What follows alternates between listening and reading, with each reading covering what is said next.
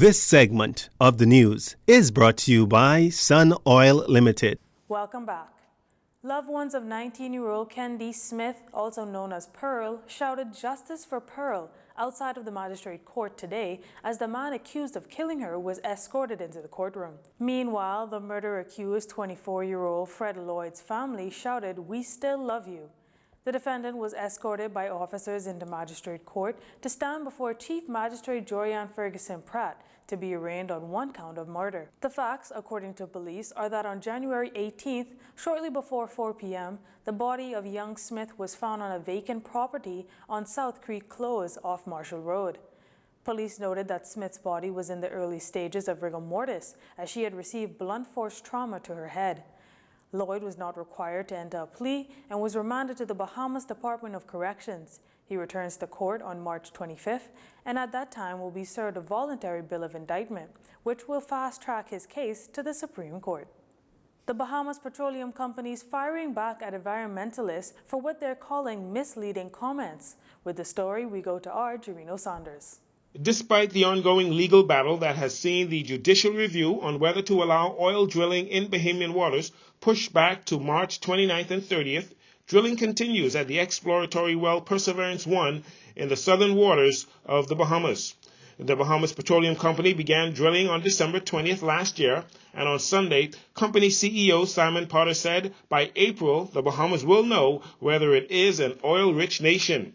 While speaking on Love 97 radio talk show Issues of the Day with host Wendell Jones, Potter was asked if he and his investors were confident of finding oil in the Bahamas. He responded like this. I'm pretty sure that within the structures that we're drilling, which are, by the way, are absolutely huge, they're the sort of size that you would get in the Middle East. The structure that we're drilling is about 2.5 times the size of the island of New Providence.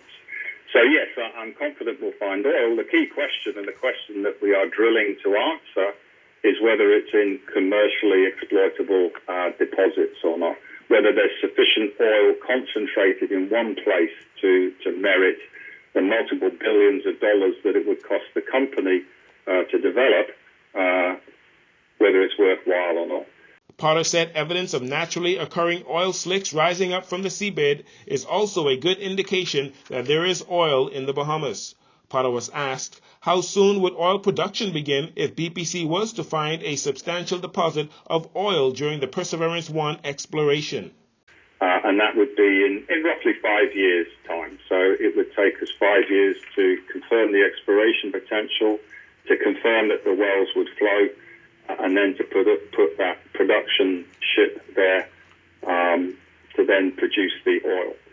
The oil would flow onto the ship. It would be it's crude oil, and I think people have heard me say previously. Then at that point, the oil is sold, and at that point, it becomes money. It becomes cash for the company and for the government. Potter said if commercial quantity oil is found, in addition to engaging a production tanker, PPC would first have to make an appraisal to understand the wells would flow, then propose a development plan to the government that would involve an oil production facility or tanker. Again, exploration drilling began on December 20th with anticipation of learning if there is commercial quantity oil in the waters of the Bahamas by March of this year. Jerino Saunders with JCN News. More sad news for the employees of Atlantis as they announce another round of workers being put on furlough. Starting on February 4th, Atlantis will be scaling operations. Guest reservations at the Royal will move to the Cove, and some employees will be placed on temporary furlough. We learn as much by a press release from Atlantis President Audrey Oswald. It reads that as the new year progresses, the overall business outlook for Atlantis is hopeful. However, for the immediate future, they are facing the same problems they have in the last few months as the pandemic continues to affect many key markets, new and increased travel restrictions, and the roadblocks for travel. Furloughed employees will receive vacation payments for February, and those eligible will continue to receive medical coverage until further advised. Atlantis wishes to say that they are fully committed to doing everything they can to support their workers during this period. They remain positive and patient that the travel industry and tourism in the Bahamas will recover, and with that, the return of all team members to Atlantis. Deputy Prime Minister and Works Minister Desmond Bannister telling reporters on Friday in Andros that the government will take the crucial action to deal with shanty towns on that island, adding that the country can expect to see definite movement on the matter soon. Cabinet has made some decisions on the shanty towns in Andros. You're going to see some definite movement. There is someone who knows the areas well, who's going to be appointed to explore all of the areas where shanty towns are. There's someone who has the skills to demolish old buildings. So in Andros, the cabinet has dealt with the issue. And on the 5th of February, I'm going to be in Abaco, and we're going to start looking at the Abaco situation. The battle of deconstruction of shantytowns has been ongoing for years. In the House of Assembly back in 2019, Prime Minister Dr. Eubin Minnis pledged to eradicate shantytowns, mainly those found on the island of Abaco. In March of 2020, San Andres shantytown residents were given eviction notices, giving them 30 days to leave the area, known as the COD, before their homes are demolished. Difficult times around the world, and no doubt right here in the Bahamas, a result of the global pandemic COVID-19. But this does not stop Jones Communications Network from holding its annual Person of the Year's Award 2020, which honored Bahamian healthcare workers who were on the front line of the pandemic in country. This year saw a different look to the awards ceremony, which was scaled down significantly to adhere to the COVID-19 protocols of social distancing and the wearing of masks. Representatives of the healthcare sector receiving the honor included Dr. Sabrika Pinder-Butler, President of the Consultant Physicians Association, Dr. Cindy J. Dorset, President of the Medical Association of the Bahamas, Amancha Williams, President of the Bahamas Nurses Union, and Catherine Weech, Managing Director of the Public Hospitals Authority. On hand for the occasion this past Friday were the Governor General Sir Cornelius A. Smith and Health Minister Renwood Wells. Sir Cornelius, in bringing remarks, saying thanks to those who fought on the front line in this pandemic is special.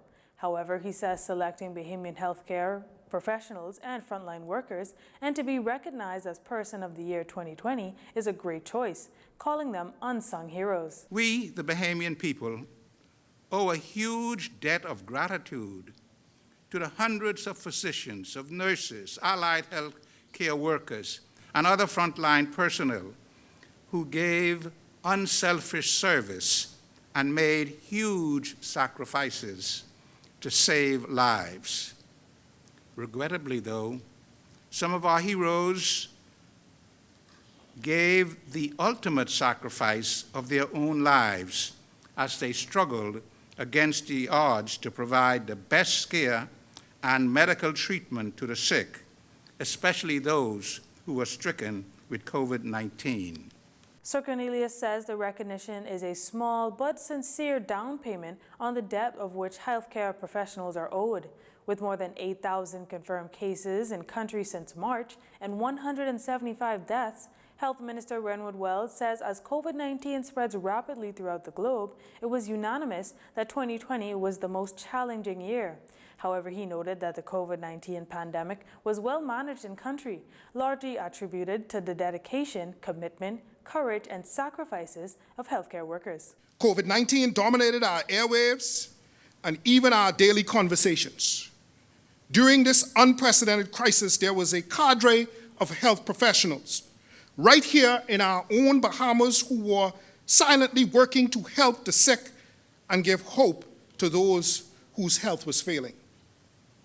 We speak passionately of our compassion and hard-working health professionals, doctors, nurses, technicians, emergency medical services, paramedics, pharmacists, and everyone who supports patient care rose to the occasion to protect our most vulnerable populations from COVID-19. CEO of Jones Communications, Wendell Jones, in recognizing healthcare workers, says with Bahamians at risk, they are still depending on physicians, nurses, and other healthcare persons to show up, treat, and save lives.